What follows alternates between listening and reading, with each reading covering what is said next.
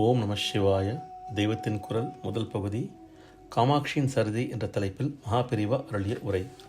காமக்கண்ணி என்ற இந்த காமாட்சி நாமம் தமிழில் தொன்று தொட்டு இருந்து வந்திருக்கிறது. சங்ககால பெண் புலர் ஒருத்திக்கு காமக்கண்ணியர் நப்பச்சலையார் என்று பெயர். காமாட்சி வழிபாடு தமிழ்நாட்டில் ஆதி காலத்திலேயே இருந்ததால் தான் அந்த பெண்மணிக்கு இப்படி பெயர் இருந்திருக்கிறது. இது இருக்கட்டும், கதைக்கு போகலாம். முதலில் மன்மதன் பரமேஸ்வரன் மேல் பானப்பிரயோகம் செய்தான். எதிரியாக போர் செய்தான்.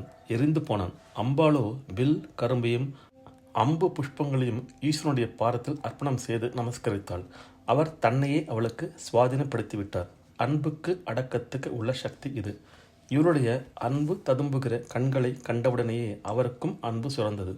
பஞ்ச இந்திரியங்களாலும் மனசாலும் ஜீவ சமூகத்தை எல்லாம் ஆட்டி படைத்து விளையாடும் மகாசக்தி படைத்த இவள் அந்த சக்திக்கு அடையாளமான 5 பூக்களையும் கரும்பையும் அவர் முன் போட்டு சமர்ப்பணம் பண்ணி நமஸ்காரம் செய்தவுடன் ஈஸ்வரனுக்கு பிரமை பொங்கியது. பிறகு பார்வதி கல்யாணம், அதன்பின் குமார சம்பவம், அதாவது முருகக் கடவுளின் உற்பத்தி. அப்புறம் சுப்பிரமணியரால் தாரகன் சூரபத்மா ஆகியோரின் சம்ஹாரம் எல்லாம் நடந்தன. யாருமே இன்னொருவரிடம் தோற்றுப்போனால் அவமானம்தான் கொள்வார். ஆனால் இதற்கு ஒரு விதிவிலக்கு உண்டு.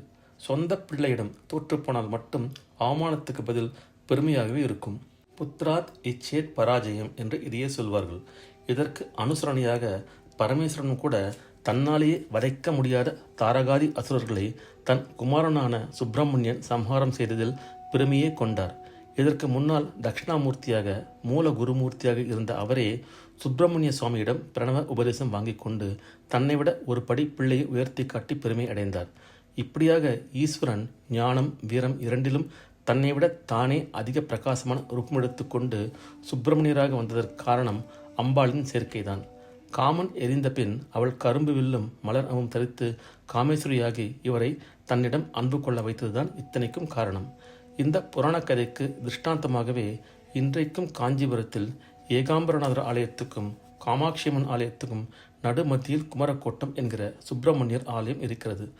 சோமஸ்கந்த முகூர்த்தத்தில் எப்படி ஈஸ்வரனுக்கும் உமாதேவிக்கும் நடுவில் ஸ்கந்தர் இருக்கிறாரோ அப்படியே காஞ்சியில் காமாட்சியின் காமக்கோட்டம் அல்லது காமக்கோடிக்கும் ஏகாம்பரேஸ்வரரின் ஆலயமான ருத்ரகோடிக்கும் மத்தியில் குமரக்கோட்டம் இருக்கிறது. தட்சிணாமூர்த்தி கல்யாண சுந்தரராக காமாட்சி மாற்றினாலே அது எதற்காக? தாரகாதிகளின் வரத்துக்காக மட்டுமல்ல, ஜனன மரணங்களிலிருந்து விடுபடுவதற்காகவே பல ஜீவர்கள் ஜனனம் எடுக்க வேண்டும். அவர்களின் கஷ்டங்களையும் அஞ்ஞானத்தையும் போக்குவதற்காக கருணாமூர்த்தியான ஒரு கடவுள் வேண்டும். தட்சிணாமூர்த்திக்கு மாயா பிரபஞ்சத்தையோ அதிலுள்ள பிரஜைகளையோ அவருடைய கஷ்டங்களையோ பற்றி சிந்தையே இல்லை. ஞான சாகரமாக இருந்த அவரை கிருபா சமுதிரமாக்கி ஜீவராசிகளின் துயர் தீர்க்க வைக்கவே அம்பிகை காமேஸ்வரியாகி அவரை கல்யாண சுந்தரராக்கினாள். இவளே இந்த லோகானுகிரகத்தை செய்கிற யோகியதை வாய்ந்தவள்தான். அவரை இவள் அனுகிரகம் செய்ய வைப்பதாக சொன்னாலும் வாஸ்தவத்தில் செய்பவள் இவளேதான். சும்மா இருப்பதுதான் அவர் சுபாவம். செயல் என்று வந்துவிட்டாலே இது இவளுக்கு உரியதுதான். இருந்தாலும் ஒரு லீலையாக அவர் செய்வது போல் காட்டினாள், அவ்வளவுதான். லோகத்தில் ஸ்ரீ தர்மம் எப்படி இருக்க வேண்டும் என்று காட்டுவதற்காக தனக்கு பதில் ஒருத்தனை ஏற்படுத்தி கொண்டு அவனுக்கே பெருமையெல்லாம் சேர்த்தாள். ஓம் நம சிவாய. இந்த அருள் உரின் தொடர்ச்சி அடுத்த பதிவில் பார்க்கலாம். ஓம் நம சிவாய.